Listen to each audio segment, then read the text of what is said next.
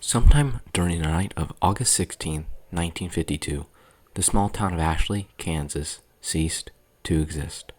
At 3:28 a.m. on August 17, 1952, a magnitude 7.9 earthquake was measured by the United States Geological Survey. The earthquake itself was felt throughout the state and most of the Midwest. The epicenter was determined to be directly under Ashley, Kansas. When the state law enforcement arrived at what should have been the outskirts of the farming community, they found a smoldering, burning fissure in the earth measuring 1,000 yards in length and approximately 500 yards in width. The depth of the fissure was never determined. After 12 days, the statewide and local search for the missing 679 residents of Ashley, Kansas was called off by the Kansas state government at 9:15 p.m. on the night of August 29, 1952. All 679 residents were assumed to be dead. At 2:27 a.m. on August 30th, 1952, a magnitude 7.5 earthquake was measured by the United States Geological Survey. The epicenter was situated under what used to be the location of Ashley, Kansas. When law enforcement investigated at 5:32 a.m., they reported that the fissure in the earth had closed. In the 8 days leading up to the disappearance of the town and its 679 residents, bizarre and unexplainable events were reported by a dozen residents in Ashley, Kansas, and law enforcement from the surrounding area. On the evening of August 8, 1952, at 7:13 p.m., a resident by the name of Gabriel Jonathan reported a strange sight in the sky above Ashley. The town itself, having no official branch of law enforcement, called into the police station of the neighboring town of Hayes. Gabriel reported what appeared to be a small black opening in the sky. Within the next 15 minutes, the Hayes Police Department became overwhelmed with dozens of phone calls, all reporting the same phenomenon.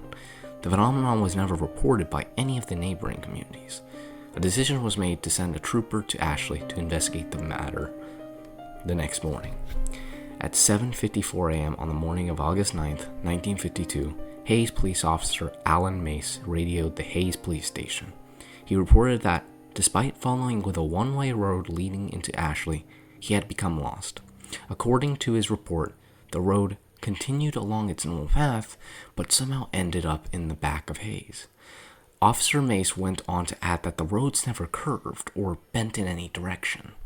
At 9:15 a.m., 7 of the town's 10 police cars were sent to investigate the situation, and all members of the team came back to the same conclusion.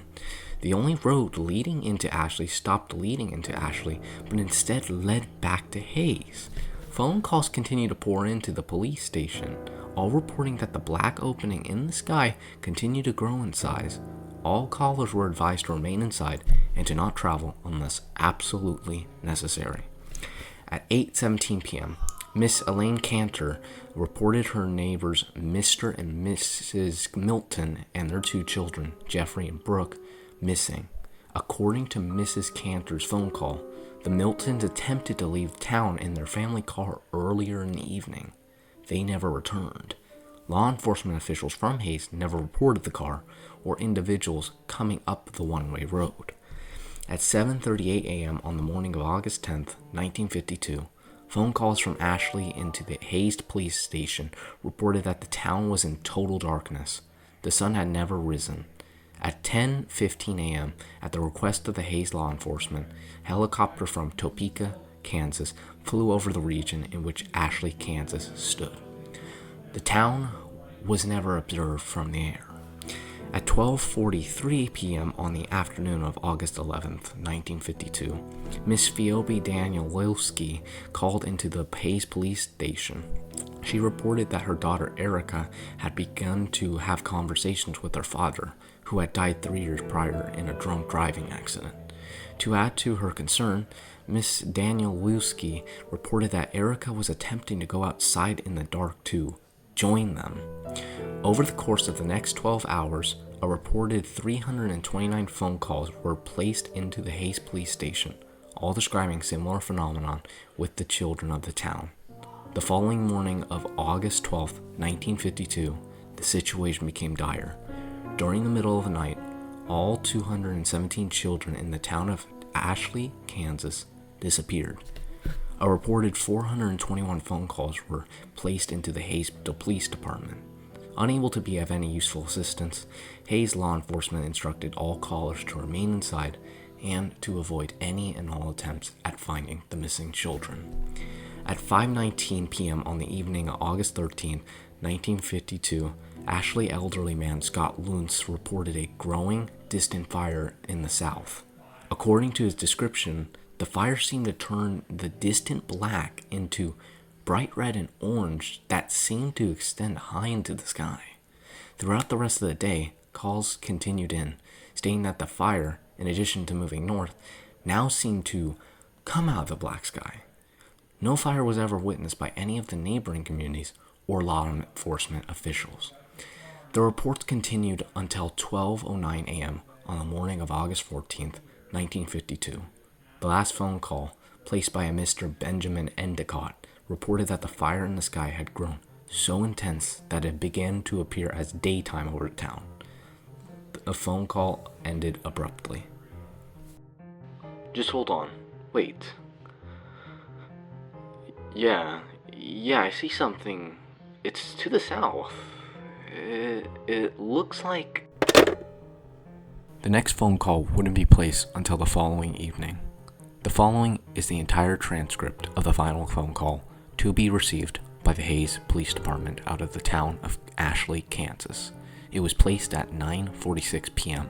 on the evening of August 15, 1952. In this recorded phone call, the officer on duty is Officer Peter Welsh.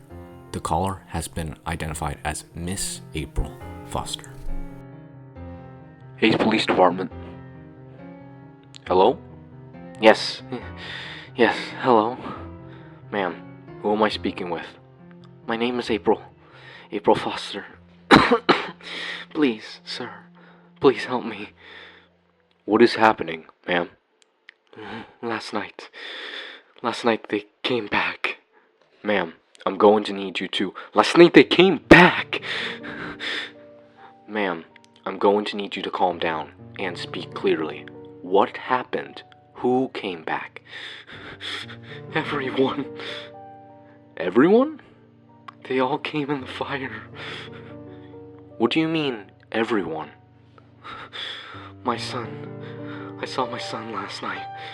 He was walking down the street. He was burned. Jesus Christ, he was burned. Ma'am, he died last year. I raised him since he was a baby. It was just me and him. I told him to watch for cars when he rode his bike, but he never wanted to listen. Ma'am, what you're saying isn't making any sense. You said everyone came back? Are you fucking listening to me? Everyone came back. Everyone who died or went missing, they're back, and they're looking for us. He said, Mommy, I'm okay now. See, I can walk again. Where are you, Mommy? I want to see you. Ma'am, where are you now? Are you safe? I'm hiding, just like everyone else. We saw them coming through the fields, and some people opened their doors for them. God, the screaming.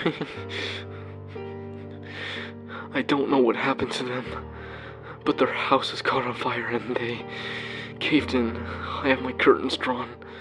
I'm hiding in the closet right now and... Ma'am, is everything alright? Are you okay? Ma'am? Oh my God. Ma'am? Something just came in. Ma'am, stay quiet as you can. Don't make a sound. Mommy? He came inside. Stay absolutely still. Don't leave. Mommy? Where are you hiding? Stay quiet. I found you, Mommy. Ma'am?